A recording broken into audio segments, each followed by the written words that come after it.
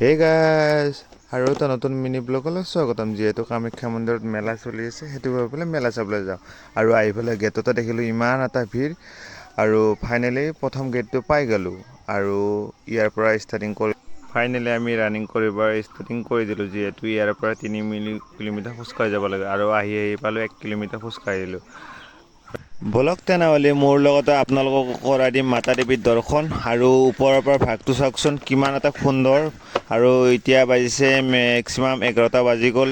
এতিয়ালৈকে মানুহ আহি আছে মাতা দেৱীৰ দৰ্শন কৰিবলৈ, কিয়নো যিহেতু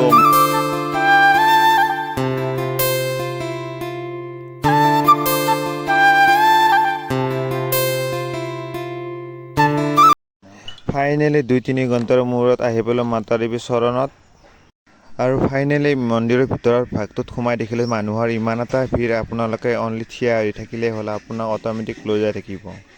আৰু আপোনালোকে চাওকচোন ভিতৰৰ ভাগটোত ইমান এটা মানুহৰ ভিৰ, ইয়াৰ পৰা ইয়ালৈকে খোজকাঢ়িব নোৱাৰি। আৰু মন্দিৰটো ইমান ধুনীয়া।